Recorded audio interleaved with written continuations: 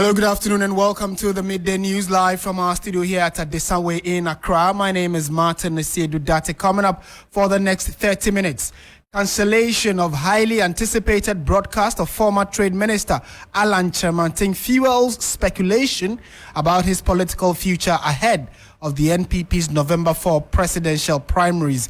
We'll try and interrogate what exactly is happening in the Alan camp for you shortly.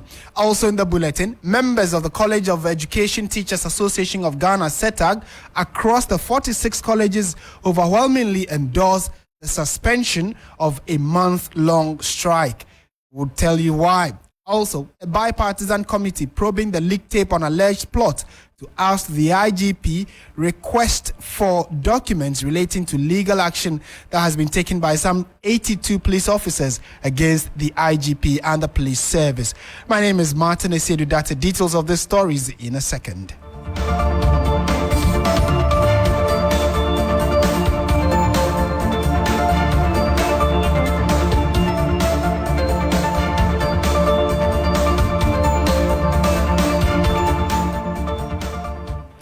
Let's settle for the details now. The last-minute cancellation of a highly anticipated broadcast by NPP flag-bearer aspirant and former Minister for Trade and Industry, Alan Kyerematen, is fueling speculation about his political future ahead of the party's November 4 presidential primaries. This unexpected development comes after widespread speculation that he might announce his withdrawal from the presidential race within the NPP due to his third-place performance in the first round of voting during the Superdelegates Conference on the 26th of August 2023. The three-time flag-bearer aspirant is making a fourth attempt to lead the governing party into the 2024 presidential elections. However, his unexpected position in the recently held Superdelegates Conference has left many wondering about his future. He placed a distant third behind Vice President Dr. Mahmoud Bawumia after garnering 95 out of the possible 961 votes. The Vice President came tops with 629, which is 68.15%, followed by Ken Ejapon, who got 132 votes, representing 14.30%. Last week, Mr. Kyerematen expressed some concerns about alleged attack on his agents and intimidation of his supporters. He was billed to address the media on Tuesday afternoon, which is today, but we are told he has been called off few hours without further explanation. Let's find out really what's happening within the camp of Alan Kyerematen and also what these kinds of development portend for his political future. Joining us on the phone line now is Jonathan Asante-Okyere, who is a political analyst and a lecturer at the University of Cape Coast. Mr. Asante-Okyere, good afternoon. Thank you for your time. Good afternoon, Martin. It's Dr. Asante-Okyere. Forgive me for that, Doc. All right, to start with, I'm sure as someone who is very keenly observing what's happening in the political space, you were also waiting patiently to hear from Alan Kyerematen, his decision to address the nation. Are you disappointed that he has changed his mind twice on this decision? Well, let me say good afternoon to our listeners. It's quite disappointing, and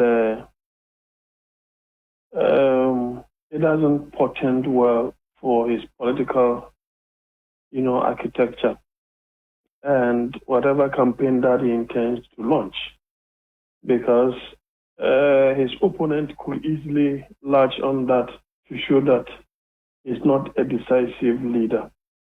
Well, we can also give him the benefit of the doubt because he ought to get his act together to ensure that whatever he's going to deliver will have the desired impact. What kind of impact do you foresee that he might want to have to stake a claim that I really am into this, I want to run?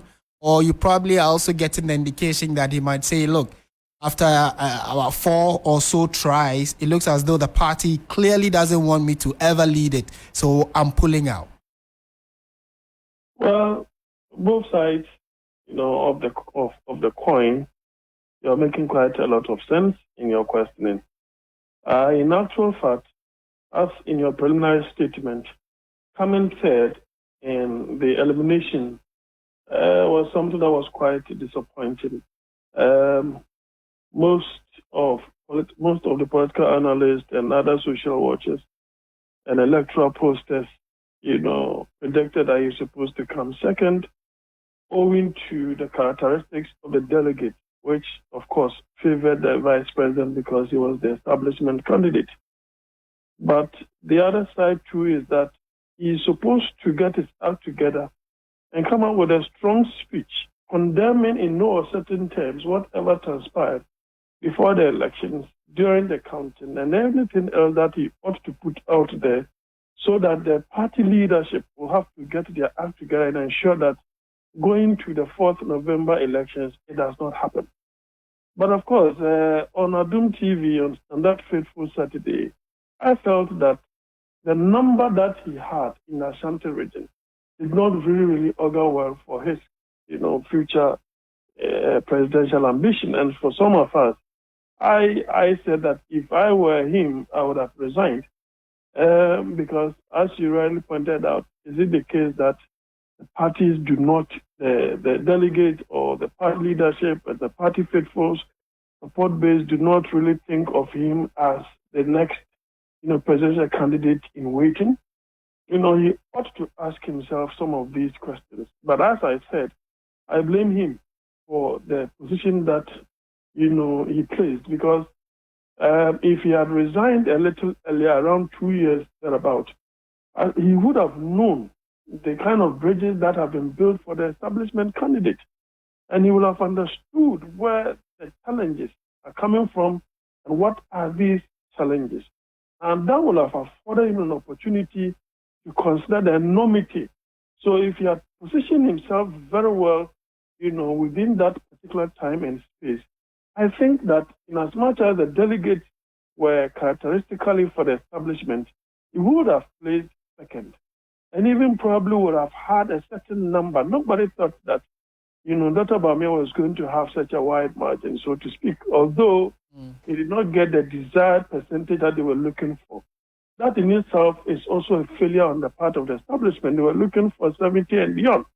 And he did not get that. He got a little over 68% or so. Right. And so that is equally reassuring. But to decide to resign, I think it's a decision worth considering, because I think it's a Herculean task as far as his campaign team is concerned. But anything can happen from now to the time that the 4th November elections will be conducted. And my final question, if you would indulge me, Doc, would be that do you also foresee that, the superdelegates are just about 900, clearly under 1,000 people. But when it comes to the November 4 election, they are in excess of 200,000, 220,000, if my number is right. So the numbers are clearly vast and different. Is it very possible that when he goes for that November 4 election, because of the numbers, he probably might be able to pull through and be the flag bearer? That's why I said that it's a Herculean task. It's something beyond impossibility, a little beyond impossibility, but anything can happen. You see, we are talking about, it's a campaign strategy. Mr. Alan ought to let the delegate understand that. What is the level of electability? If you rely on the global info analytics, the data out there is that internally Dr. Bawumia is more popular than Alan, but externally Alan is more popular. So would they want to send Bawumia there for him to lose to Mr. Mahama?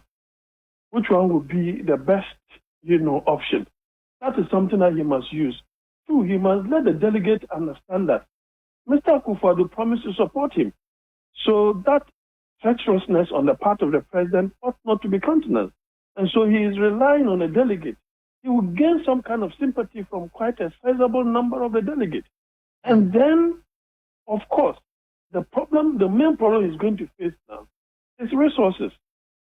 And as much as Mr. Kennedy Japon is wealthy, and he has the wherewithal, can he really slug it out with Dr. Bawumia coming from an establishment candidate? And the same goes to Alan, as we are focused on Alan. So if Alan was then the establishment candidate, could not win against, of course, the dynamics were different, could not win against President Akufo-Addo, then candidate, as establishment candidate, does he have the wherewithal to slag it out with Dr. Bawumia, who is the establishment candidate? Does he have the required resources? Because when it comes to the delegate system, as far as we know, it is all about resources. Okay. And of course, you must, the financiers of Mr. Alan must be reassured that he stands a better chance, of undoing Dr. Bawumia and Kennedy Japan. At worst, there shouldn't be an outright winner.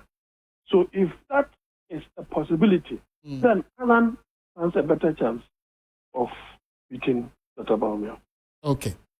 Doc, thank you so much for your time as always, and pleasure talking to you. You heard the voice of Dr. Jonathan Asante-Okyere, who is a political analyst and lecturer at the University of Cape Coast. You're still listening to 3FM 92.7.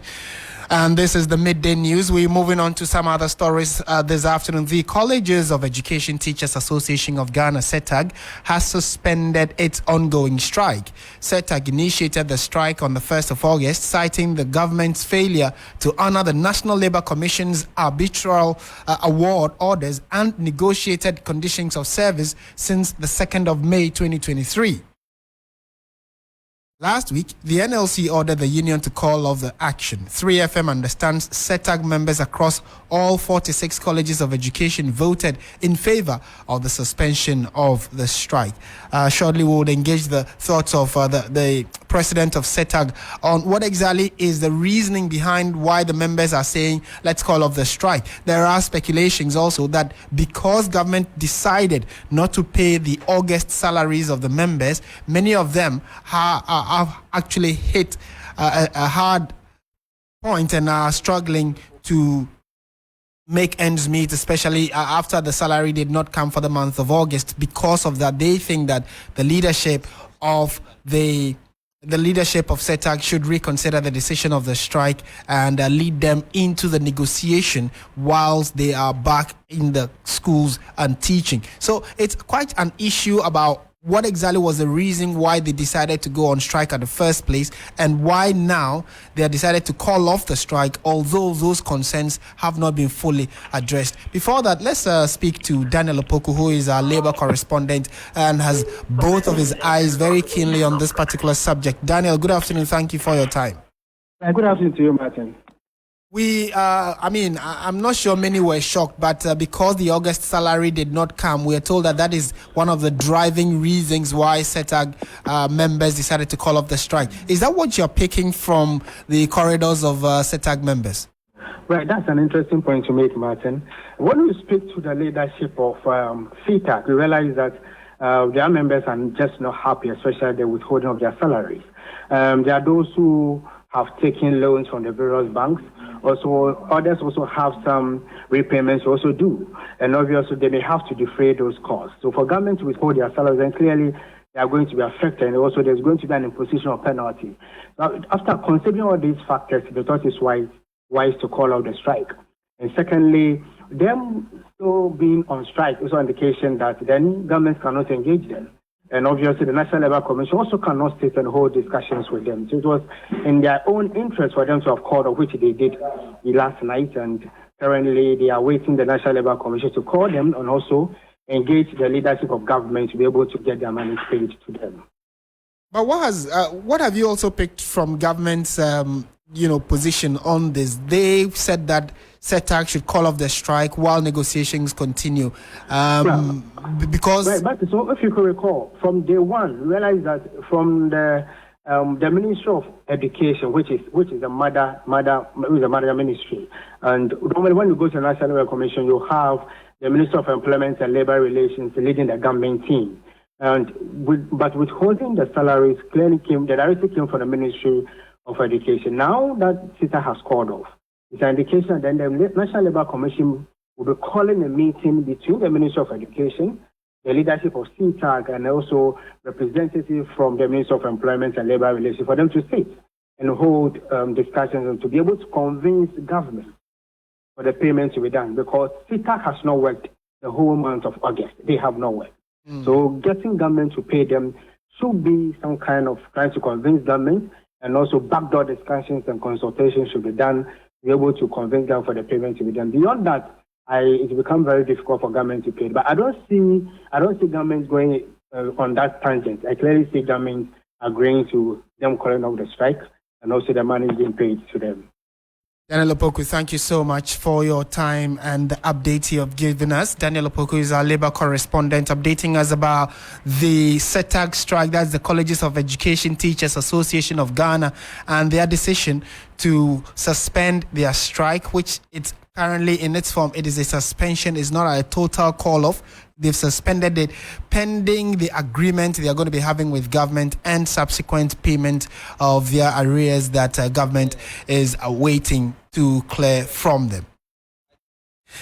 On to some other stories now, and you know one of the biggest stories in the country over the years has had to do with ability or inability, for that matter, to deal with issues of illegal mining. Now, the Commission for Human Rights and Administrative Justice, SHRAJ, has actually commended the Asantehene for using some of his chiefs as scapegoats to strengthen the fight against Galamsey.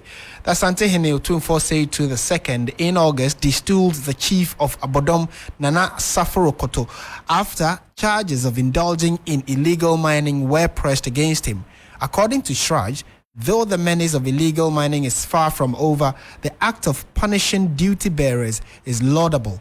Deputy Commissioner of SHRAJ, Mercy Labi, made the remarks at the Africa Human Rights Conference, which was held at the Kwame Nkrumah University of Science and Technology in Kumasi.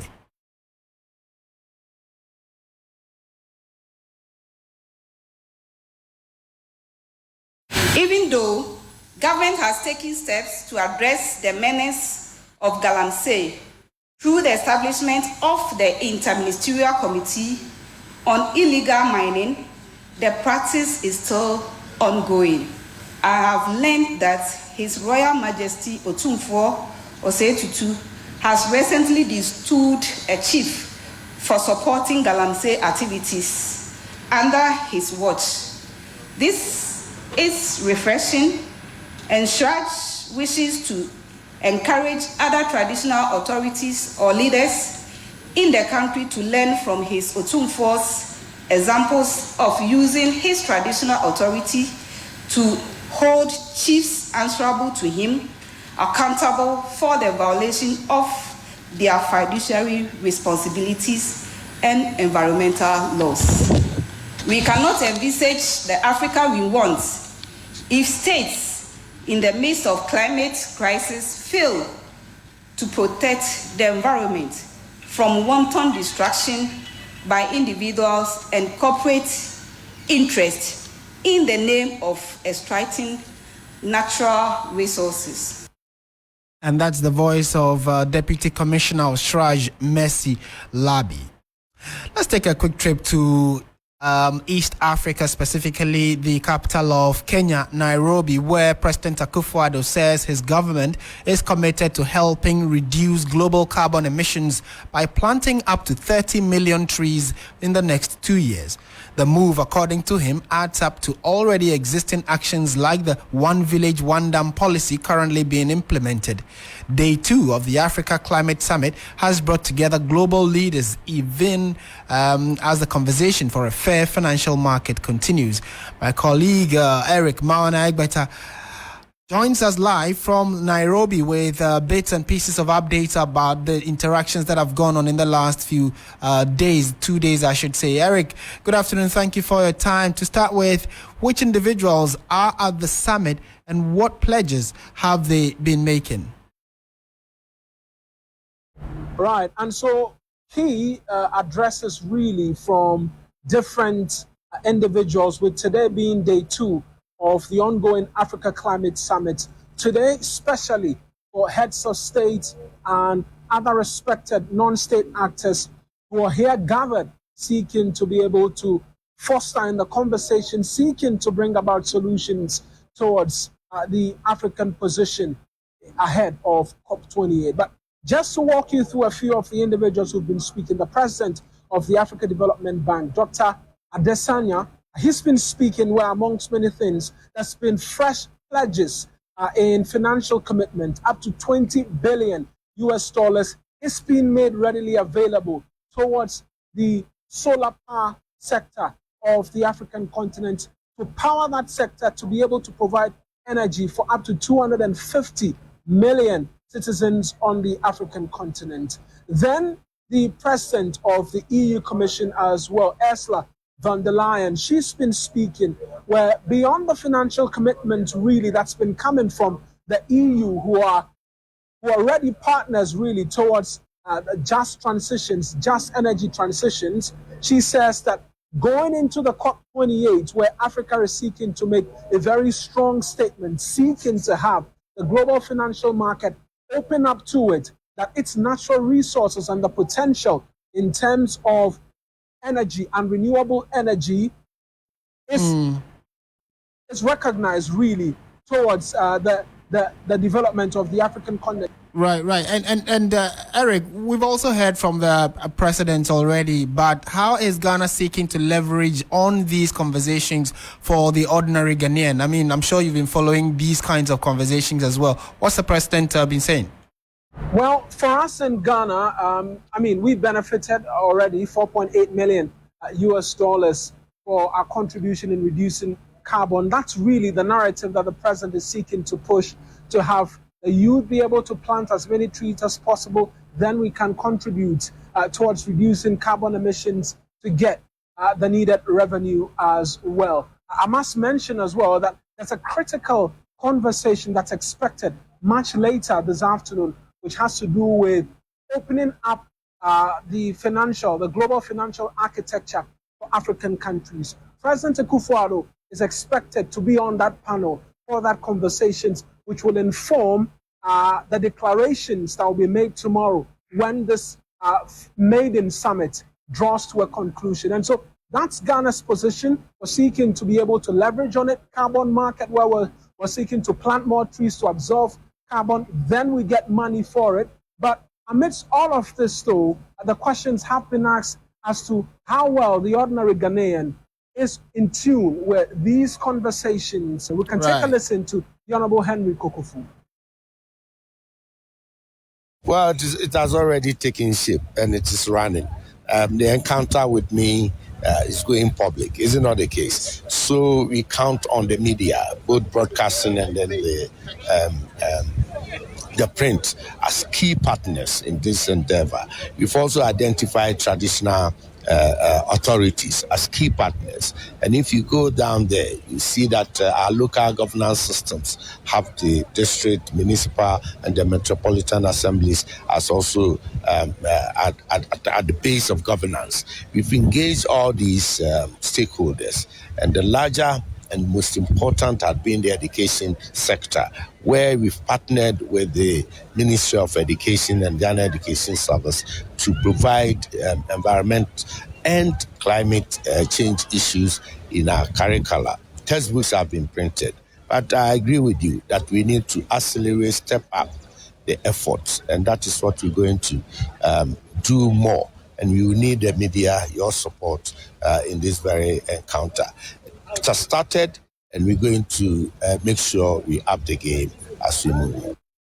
And that's the voice of Honorable Kokofu, who was interacting with my colleague Eric Mawana-Egbeta in Nairobi, Kenya, where the second day of the Africa Climate Summit is ongoing. And in his report, Eric mentioned the fact that President Akufo-Addo has also been addressing the gathering on what Ghana intends to do to at least benefit from the climate financing, which is one of the concepts being promulgated at this particular conference. Let's listen to President Akufo-Addo. Is the need to streamline access to international climate finance to complement national funding. I believe this forum will throw more light on practical ways to mobilize financial resources to support the implementation of national climate actions, especially how we can guarantee a different future from the past and ensure that the commitments of the developed world towards climate finance which have not been met in the past will be met in the future. Excellencies, it is obvious that we have to act swiftly and decisively to mitigate these effects and ensure a sustainable future for generations to come. The impact of climate change, as we know, is not limited to the African continent alone. It is a global issue that affects all of us. Thus, addressing climate change in Africa, as President Ruto so forcefully articulated, is a moral and strategic necessity for global climate action. Hopefully, COP28 in Dubai will provide us a concrete roadmap towards that end and ensure a just energy transition for us in Africa. And that's the voice of President Nana Addo Dankwa Akufo-Addo, President of the Republic of Ghana, sharing his thoughts there at the Africa Climate Summit, which is currently ongoing in Nairobi, Kenya. So we know also that today is day 2 where other heads of states are going to gather to talk about how they can help the continent benefit from climate financing by planting more trees. So Ghana also stands a chance to do that. Eric Mawenagbeta will give us further updates on how the final day tomorrow will be going. If you visit our website 3news.com, you get those updates there as well. And just before we go, just a recap of the big stories we had for you this afternoon.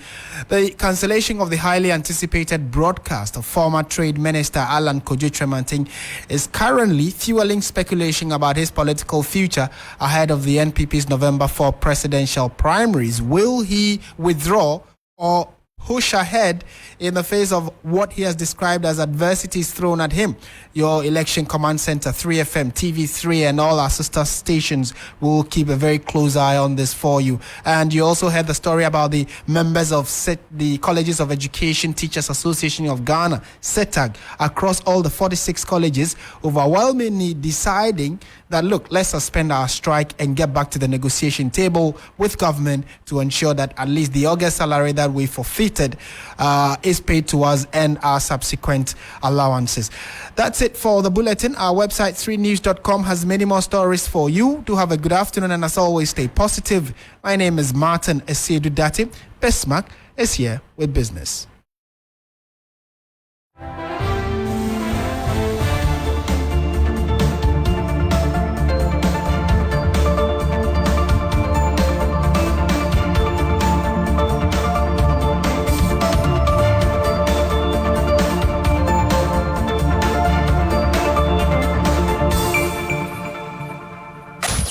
Accra gets busy on this frequency. 92.7 3FM.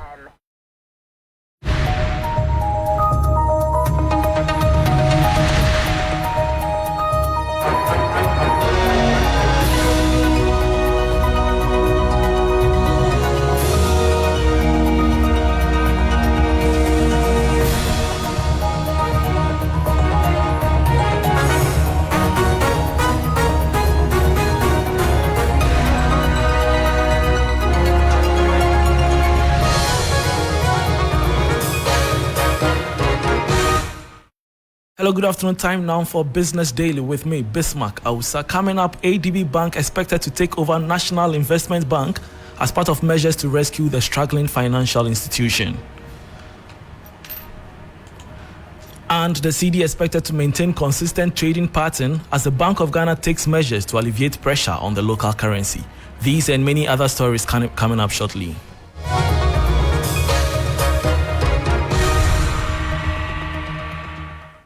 Thanks for your company. To our very first story, a potential takeover of the National Investment Bank by ADB Bank is currently under consideration. According to sources, government is considering the move as a crucial step in its plans to rescue the struggling financial institution. The following Business Desk report has the details. According to sources with knowledge on the transaction, prioritizing the takeover of NIB by ADB is the chosen course of action. This decision stems from the government's determination not to provide further financial assistance to NIB, primarily due to the country's ongoing $3 billion program with the International Monetary Fund for economic recovery. Sources indicate that the government is exploring this path after multiple strategies aimed at revitalizing NIB failed to yield the desired outcomes. It is worth noting that ADB itself might require financial assistance to facilitate a smooth takeover given NIB's current financial predicament. Some financial experts argue that alternative proposals for selling NIB exist. They believe this approach could allow the government to completely divert itself of all responsibilities related to the struggling lender. However, it appears government is firmly committed to getting ADB take over NIB. And that was a 3 Business Desk report on the possible takeover of NIB by ADB Bank. To some other story, the cedi is expected to maintain a consistent trading pattern this week due to measures taken by the Bank of Ghana to alleviate pressure on the local currency. Last week, the local currency faced renewed challenges despite the central bank's efforts to enhance foreign exchange liquidity. The following 3 Business Desk report has more. The local currency last week initially opened at a mid-rate of 11 cedis 50 pesos per dollar. It maintained a trading pace but experienced a 0.65% decline on the retail market week on week. It further depreciated by 0.17% and 0.6% week on week against the pound and euro respectively. During the 35th Forex auction for bulk oil distribution companies, the central bank allocated $20 million at a 30-day forward rate of 11 cedis 42 pesos, representing a 100 basis points increase from the previous auction. Additionally, the Bank of Ghana injected 11.5 million cedis into the spot market to alleviate demand pressures.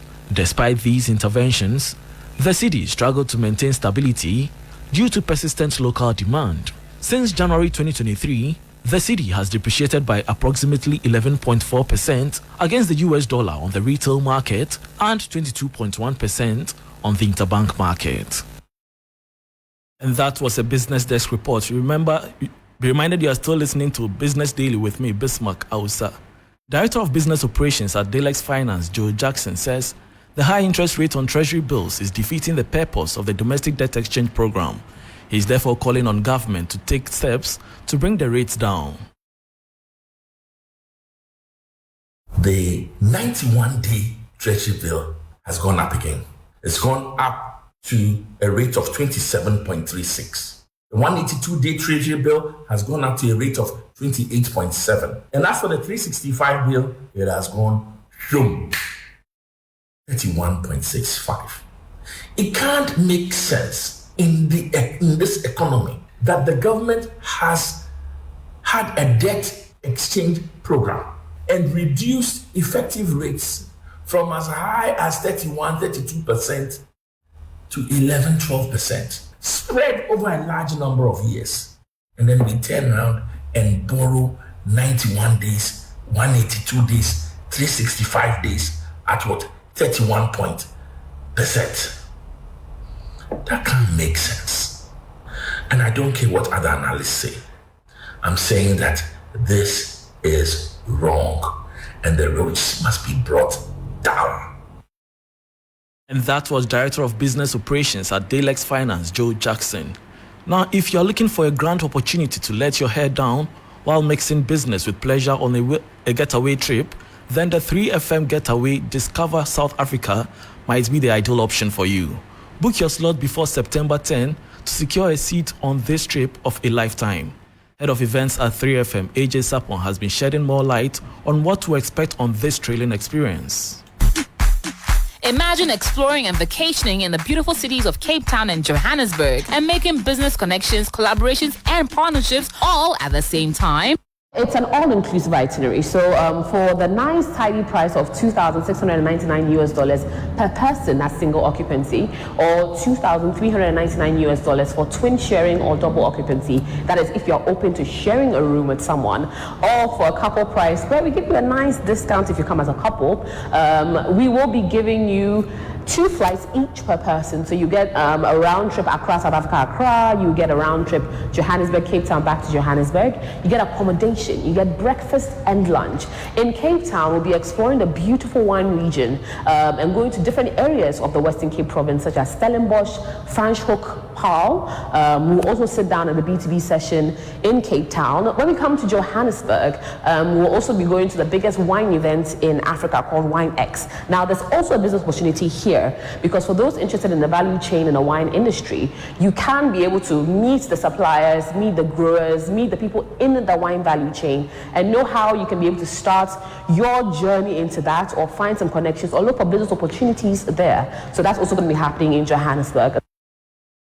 That was head of events at 3FM, AJ Sapon, giving you an update on the 3FM Getaway Discover South Africa trip slated for September 10th this year. And that will be all for Business Daily with me, Bismark, Awusah. For more business stories, please log on to 3news.com. Thanks for your company.